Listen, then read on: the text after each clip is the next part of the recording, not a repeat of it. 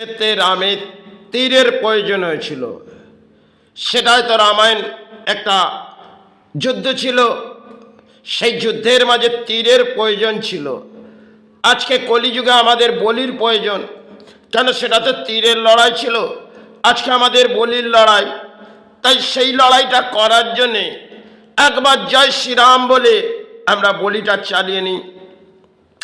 কেন তার সময়কালে তীরের প্রয়োজন ছিল, আজকে সময়কালে আমাদের বলির প্রয়োজন। তাই সেই বলিটা নিয়ে আমরা আবড়ে চিৎকার করে এই উৎপাত হয়ে সমাজে লড়াই করে ফেলব। সময়কালে একটা যুদ্ধ, সেটা রামায়ণ।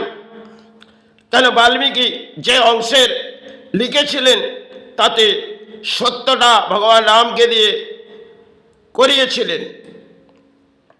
বাল্মীকি জানতেন যে ভগবান বিষ্ণু আবির্ভাব হয়তো হবেন, তাই এই রামায়ণ আমি লিখছি, তার অংশের ভাগ রাম আসবে, আর সেটা সেই তীরের লড়াই লড়বে। সময়কালে রামায়ণ অদ্ভুত কাহিনী, কিন্তু সে কাহিনী আমরা ভুলে গেছি। আমরা রাজনীতির কাহিনী দেখছি। আজকে বাংলায় একটা স্লোগান দিয়ে আমরা যেন ধর্ম জাগিয়ে ফেললাম, আর নেতারা যখন জেগে উঠল গলায় কিছু ফুলপুষ্প মালা নিয়ে ও আবির্ভাব করিয়ে দিলাম। কেন সবাইকালে তীরের লড়াই ছিল, আজকে তো আমাদের হৃদয়ে বলির লড়াই।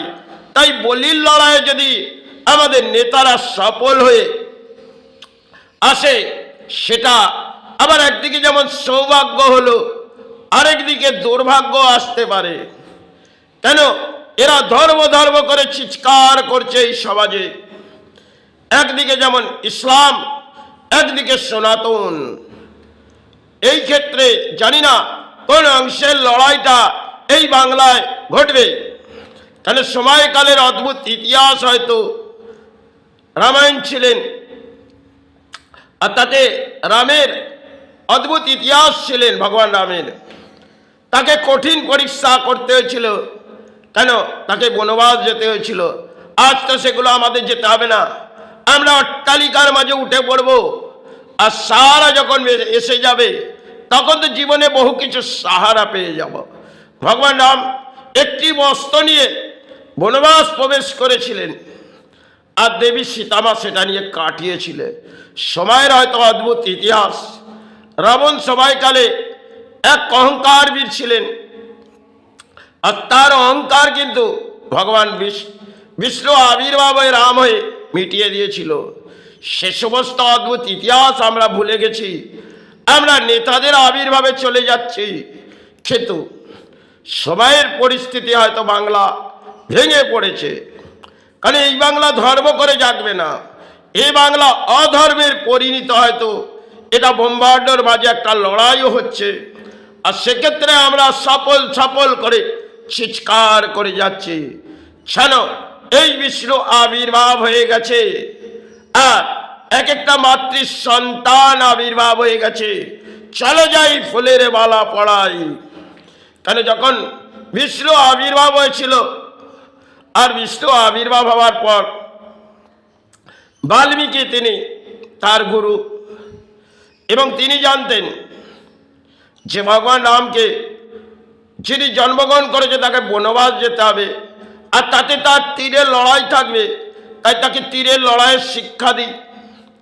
তো বাল্মীকি যখন তীরের লড়াইয়ের শিক্ষাগুলো দিচ্ছেন, তিনি ভগবান রামকে বলছেন যে দেখো, সবাই অংশের তোমার লড়াই থাকবে, আজ যে তীরের লড়াইগুলো তোমাকে করানো হচ্ছে সেটা একটা সবাই তোমার লড়াই থাকবে, কিন্তু অস্ত্রটা চালানোর আগে তুমি আগে চিন্তা করো এই অস্ত্রগুলো সবাইয়ের আবেগ হয়তো তোমাকে আসতে হবে, কিন্তু এই তীরের লড়াইগুলো যতক্ষণ না তোমায় নির্দেশ দেবো ততক্ষণ তুমি চালাতে পারবে না।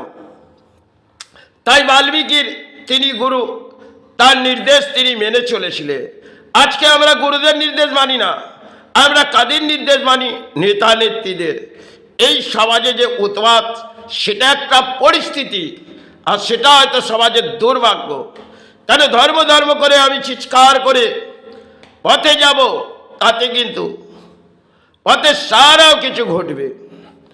আর আজকে কলিযুগে দেখবেন একটা অংশের খেলা, যেখানে ধর্ম নিয়ে খেলা হচ্ছে।